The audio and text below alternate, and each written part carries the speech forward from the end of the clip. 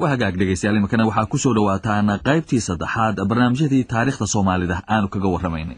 daraawiishtii Ingiriisku waa uu ka adkaaday hase yeeshee iskuma soo dhaweynin maamulka Ingiriiska iyo dadweynaha. dareenkii uu sayidku ka booday ee dugsigii Dhaymoolo la oran jiray ayaa weli jiray. sanadku markuu 1920 lix dugsi hoosaad oo la qorsheeyay ayaa waxa u socon waayeen markii la diiday cashuurtii xoolaha laga qaadi lahaa magaalada Burcana diisi lagu dilay hase yeeshee waqti dambe ayaa arday Soomaaliya loo diray wadanka Suudaan kuwaas oo markii dambe halgan u galay sidii dugsiga uga furmi lahaayeen dhulkii Ingiriisku uu ka talinayay. halgankaasi waxbarashada raggii hormoodka ka ahaa waxa ay ahaayeen Maxamuud Axmed Cali, Maxamed Shire Maxamed, Yuusuf Ismaaciil Gandhi, Cabdisalaam Xasan Suudani iyo Yuusuf Xaaji Aadan.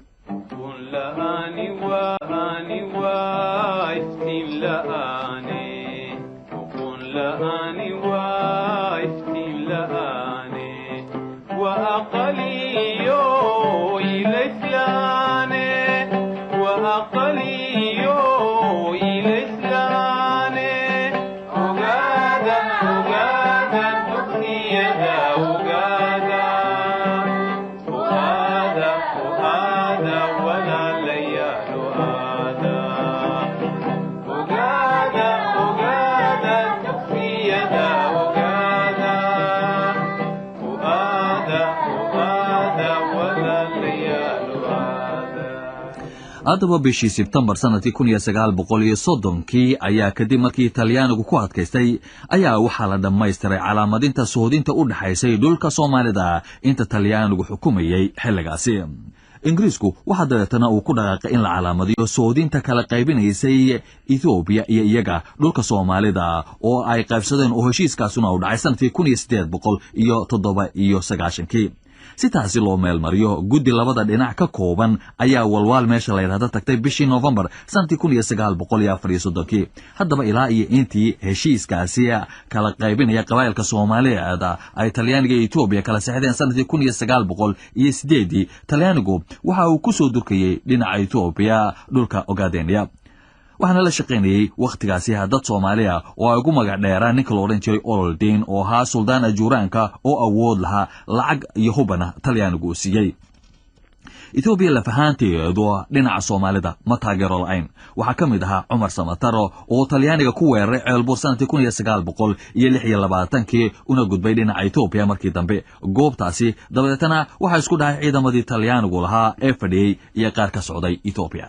Talyaaniga oo midaba ka diyaar garoobay isagu dhinaca Soomaalida ee uu fadhiyay dhinaca Eritrea dagaalkii halkaas ka bilowday waxa uu dhaliyay in Talyaanigu si buuxda uu qabsado Ethiopia bishii May 7 sanadkii 1936 dagaalkaasi waxa Talyaanigu ay kaga soo kabteen magaxumadii ka soo gaadhay dagaalkii Adwa ee Ethiopia kaga adkaatay sanadku markuu 1896 haddaba dareemadii xagga wadaninimada iyo fahamka gumaysigu waxa Soomaalida uu ku dhashay marka laga reebo dagaaladii sayidku uu galay ee Ingiriiska uu la galay iyo kuwii Biyamaalku ay kula jireen Talyaaniga markii reer magaalnimadu ay bilaabantay oo la degay magaalooyinka ay ka mid tahay magaalada Muqdisho meelahaasi waxa degay askartii ka soo laabatay ololihii Talyaanigu uu ku qaaday dalka Ethiopia waqtiyadaasi waxa ka bilaabmay dhinaca koonfurta kulamo hoose hase yeeshee waxa Talyaanigu ay cadaadinayeen lacagta ay saareen wixii halis ku noqon kara maamulkooda.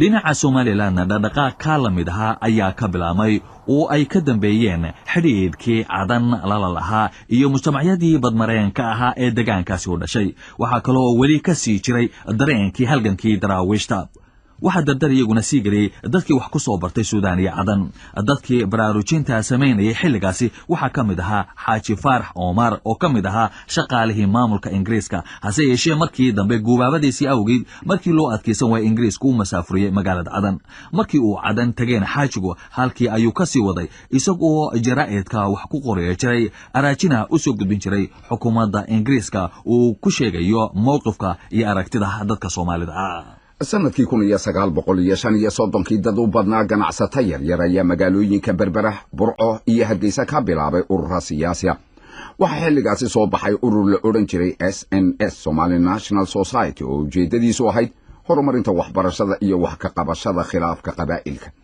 sanadkii 1937kiina shaqaalihii maamulka Ingiriiska ee Soomaalida ahaa ayaa urur samaystay loo oran jiray Somali Official Union. markii haddaba uu bilaabmay dagaalkii labaad ee adduunyada bishii August 1940 ayaa Talyaanigu Ingiriiska ka qabsaday dhulka Somaliland oo Ingiriisku ka talinay hase yeeshee muddo 7 bilood oo kaliya ayuu haystay.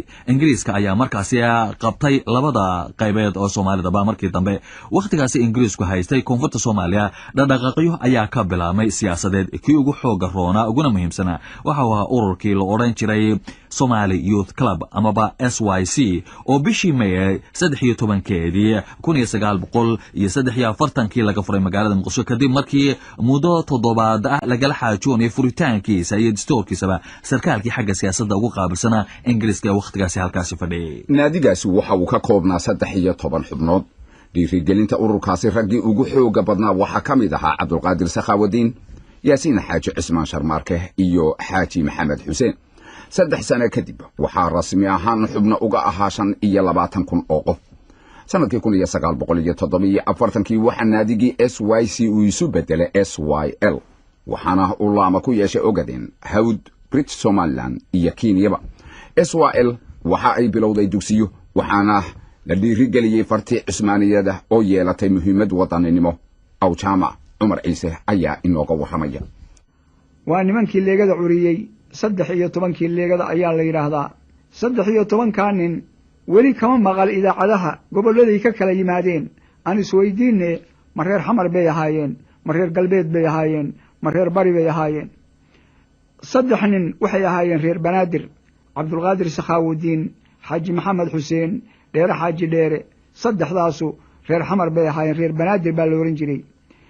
4 waxay ahaayeen reer Mudug, Yaasiin Xaaji Cusmaan, Daahir Xaaji Cusmaan, Maxamed Xirsi Nuur, Cali Xasan Maxamuud. 4taasna waxay ahaayeen reer Mudug. 3 waxay ahaayeen Shabeellaha Dhexe, Jowhar iyo Aagaas ayaan u jeedaaye. Maxamed Cali Nuur, Cismaan Geedi Raagi, Maxamed Faarax Hilowle. 3daasuna waxay ahaayeen Shabeellaha Dhexe. 3 waxay ahaayeen gobolka Shabeellaha Hoose. waa Maxamed Cusmaan Baarbe iyo Hudow Macal Cabdille. ninna wuxuu ahaa gobolka Togdheer koonfurta magaalada Burco, Maxamed Xaaji Cabdullaahi Xayeesi. Ingiriiska ay u tageen oo waxay yiraahdeen waxaad noo ogolaataa meel kilaab ah oo aanu ku sheekaysano waxna ku baranno. maxaa yeelay dawladdii militariga ahayd oo Ingiriiska ahayd ee markaa dhulka joogtay ayaa waxay doonaysay niman dhalinyaro ah oo wax la baro oo xafiisyada iyo ka shaqeeya. dhibaato kale ma kulmina waa u ogolaaday. marka waxay soo saareen 4 qodob oo waaweyn. qodobka u horeeya waxa markii horeba waa ugu jiray wax tacasub qabaliya inaan la sheegin, wax kala soocidi inay jirin, wax dariiqooyin ah oo la kala sheegtaa inay jirin, wixii ummadda kala kaxaynaya oo dhan oo tafarruq keenayana in lala dagaalamo. xuquuqda Soomaalida meel ay joogtaba in la raadiyo. 5 Soomaali ee kala goobaan in la isu keeno. isticmaalku meel joogaba in laga hortago oo dhulka laga saaro. gobannimo iyo istiqlaal si lagu gaaro in habkeed loo dagaalamo. 5 qodob ayay markii hor dhigeen. xillidaasi Ingiriisku wada talinaya Soomaalida ee dagaalkii labaad kadib Ethiopia waxa markaaba ay ku jirtay in loo soo celiyo reserve area dhulka la yiraahdo oo markaas heshiis ay kula gashay Ingiriiska sanadkii 1942 iyo 1944 heshiiskaasi oo Ingiriiskuna ogolaaday. Talyaaniga oo laga qabsaday dhulka koonfurta Soomaaliyana waxa uu ka shaqeynayay sidii uu isaguna ugu soo laaban lahaa halkaasi. sanadkii 1946 ayaa wasiirkii arrimaha dabadda ee Ingiriiska Ernest Bevin waxa uu soo jeediyay in danta Soomaalidu ay ku jirto in wadan kaliya loo wada dhiibo. taladaasi hase yeeshee waxa ka soo horjeestay oo diiday Ethiopia. 3 wadan ee kale ee dagaalkii ku guuleysay iyaga la fahantooda miisaan arintaas lama yeelanin. 4 wadan ee haddaba dagaalkii labaad ku guuleystay ayaa waxay guddoon ku gaareen in guddi ay u diraan wadamadii Talyaanigu haysan jiray ee laga qabsaday si loo soo ogaado dareenka ay qabaan dadkoodu. wadamadaas waxay ahaayeen Soomaaliya, Eritrea iyo Liibiya. bishii January 6 sanadkii 1948 ayaa guddigaasi gaadhay magaalada Muqdisho. marka ay guddigu gaareen magaalada Muqdishona waxa ay la kulmeen kala qaybsanaan Soomaalida dhexdeeda. waxaana kuwa iyagu taageersanaa in talyaaniga loo dhiiba ay la soo baxeen calamadii talyaaniga iyo halkudhegya talyaaniga hase ahaatee guddi waxa ay codsadeen in SYSna loo ogolaado inay sameeyaan banaanbax ay ku eegaan dadku sida ay doonayaan 11 bishii Janaayo sanadkii 1948 hase ahaatee talyaanigii meesha joogay iyo kuwii taageersanaa ayaa iyaga oo hubaysan soo baxaysay ay u kala jebiyaan kulankii SYS ay qabanqaabinaysay halkaasi dabadeed waxa ka dhacay dagaal ay ku dhinteen ilaa iyo 50 qof oo Talyaani sida ku qoran buugga la yiraahdo A Modern History of Somalia oo qoray professorka la yiraahdo I.M. Lewis haddaba Cabdiqaadir Maxamed Aadan oo soobe ku magac dheer oo kamid ahaa ragga muddada dheer iyo ku jiray siyaasadda Soomaalida ayaanu weydiinay kuwa Talyaaniga doonayay waxa barnaamijkoodu ahaa January 1948 watii qodon iyo saddex Talyaani lagu dilay watii dhibaato ka dhacday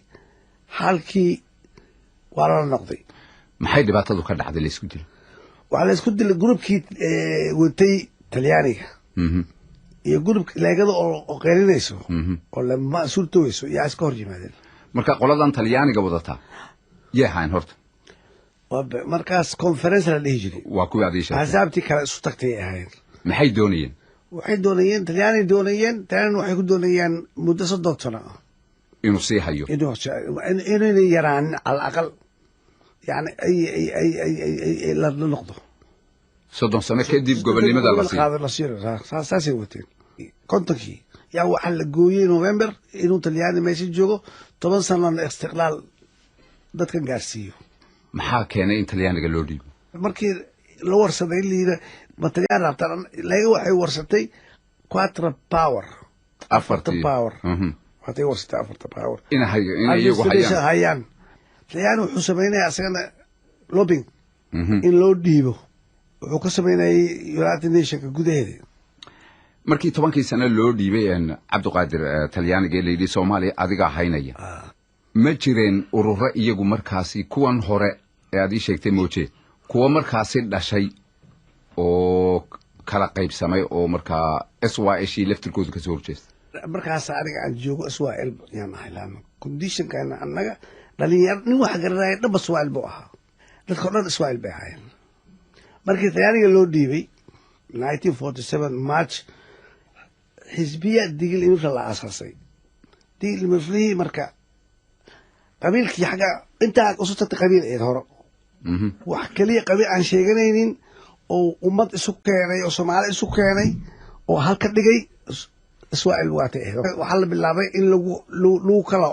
kala ordo istiqlaalki SYL waxa ka soo daahiray aniga tayda aragtadayda qabiilnimo aniga waxaan ahaa ragga u horeeyay oo SYL ka tagay sanadkii 1951 bishii November haddaba sanadkii 1949 ayaa golihii guud ee Jimciyadda Qurumaha ka dhaxaysa muddo 10 sanadood u xil saaray Talyaanigu inuu xukumo koonfurta Soomaaliya 1948 ayaa Ingiriisku isna go'aan ku gaaray in dhulka Soomaalida ee maanta ka tirsan Ethiopia uu ku wareejiyo sidii ay dhigeen heshiisyadii labada dhinac dhexmaray sanadihii 1942 iyo 1944 go'aankaasi oo jigjiga laga dhawaaqay waxa ka dhashay rabshadahaasi oo ay ku dhinteen dad tiradooda ay gaadhiso ilaa 25 qof oo Soomaaliya hase yeeshee 23 bishii September sanadkii 1948 ayuu Ingiriisku Ethiopia ku wareejiyay dhulkaasi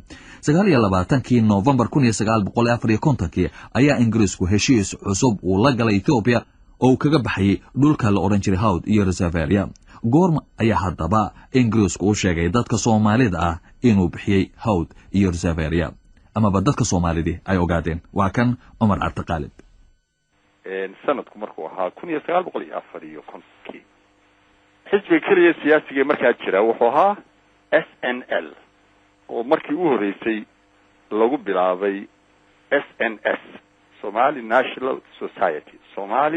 National Society markii dambena isu bedelay Somali National League sheekh waa xarunta tacliinta ee markaa lagu barbaarinayay madaxdii maalintaasi berito la oran karay waxaanu markaa dawladdii Ingiriiskeena xukumaysa weydiisanay inaanu soo barano dalkayaga.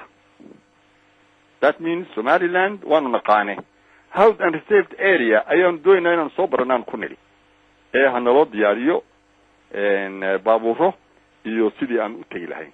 waayahay baa layidhi. markaa dabato meelihii reserved area markaa ka mid ahaa ku toosnaa burco iyo kuwii hargeysa ku toosnaa iyo kuwii boorama ku toosnaa ayaan soo wada maray. walwaal, wardheer, qarbidahare, dhagax buur. markaanu dee soo dhamaysanay ayaanu dib usoo noqonay milmil awaare. waxaanu kusoo noqonay hargeysa. dawladdii markaa Somaliland xukumaysa waxay tiri report soo qora. waanu soo qoray report kolka hore. waxaanu ka warramaynay uun maxaan ku dhahdaa meelihii aanu tagnay iyo si naloo soo dhaweeyey waxyaala caynkaasa. laakiin saddex su-aalood ayaanu ku khatinay. waxaanu nidhi maxay dawladdu iskuullo uga samayn weyday meelihii aanu soo maray inta ay intay ka soo kaxeeyaan dhagax buur iyo awaare iyo meelahaas ay amba sheekh amba boorama u keenayaan maxay iskuulle halkaa uga samayn weyday. su-aasha labaad waxay ahayd waxaanu aragnay saraakiil iyo askar Ethiopia ah maxay meesha ka qabanayeen ilaa waa dalkayagiye. su-aasha saddexaad waxay ahayd macnaha reserved area waa maxay. hawd garanay oo hawd marka hargeysa la joogo macnahu waa koonfurta hargeysa. laakiin reserved area maxay tahay, maxay reserved u tahay. nimankii markii ay dawladdu governorkii isticmaalka ahaa ee dawladda mustacmarka ahaa yani wakiilka ahaa markuu warqadii loo geeyey markaa markiiba la dambay la xidhiidheen. waxay yidhaahdeen nimankii macallimiinta ahaa waxay soo mareen reserved area. dabeet waxayna weydiiyeen why macnuhu waa maxay reserved area, maxay reserved u tahay.